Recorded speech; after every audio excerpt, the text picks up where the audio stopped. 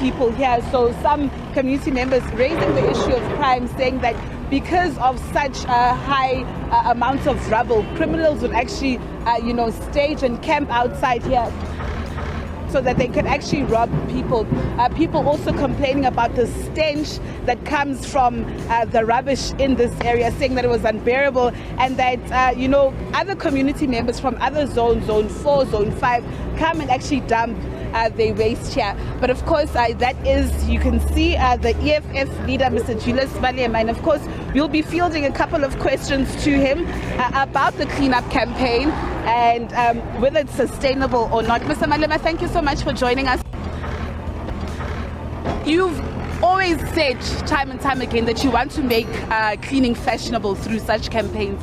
How do you ensure that this campaign will be sustainable, and how will you ensure that other community members, when the EFF leaves this place, continue to actually clean this place? It's quite interesting that earlier on we saw some Pick It Up members saying that they're also coming to help you as the EFF. Well, we welcome everyone who wants to come and help us.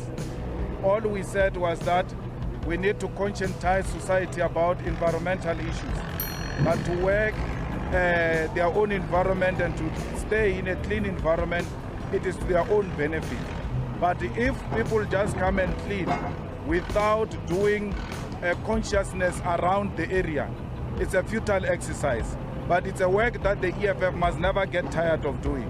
Because someone was saying to me, we clean and then they come back to dump again. Why? And I said, it's like a father saying, I bought food last month. Why must I buy food again? It's a permanent job that politicians must always engage in cleaning after their own communities. And we want to make this fashionable. We are now taking it into councils to be a resolution of councils where councillors physically, at least once a week, engage in a service delivery program that gives them direct interaction with the masses of our people. Speaking to some of the residents, they say as much as they appreciate this clean-up program that you are heading, they're saying that they've got far more pressing issues like unemployment, abadamali, and all of those things. And they're saying, in the face of that, how would you respond to somebody who says that? Well, we are making our own little contribution. The issue of unemployment, the issue of high standard of living, the issue of high inflation and a repo rate are matters that we are always and constantly challenging in Parliament.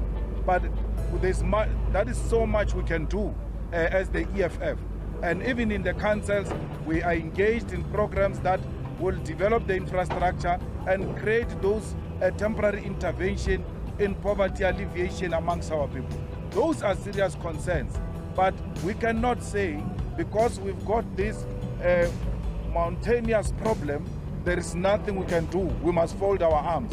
We are saying, in as much as we've got this big problem of unemployment, as much as we've got this problem of high living standards, let us do something as the EFF not to worsen the conditions of our people. We agree with them and we sympathize with them, and we are constantly engaged in fighting unemployment. The most unfortunate thing is that they've given people who know nothing about creating jobs a responsibility to govern. So we're going to election next year. They have to make sure that they bring a government that makes things happen.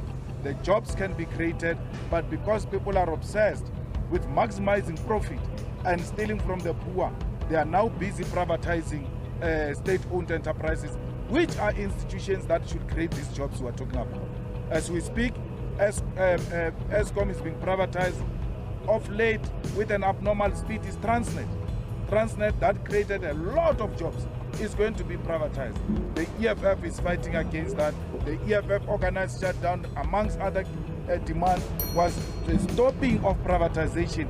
You cannot privatize in the middle of high unemployment. You are going to worsen the unemployment.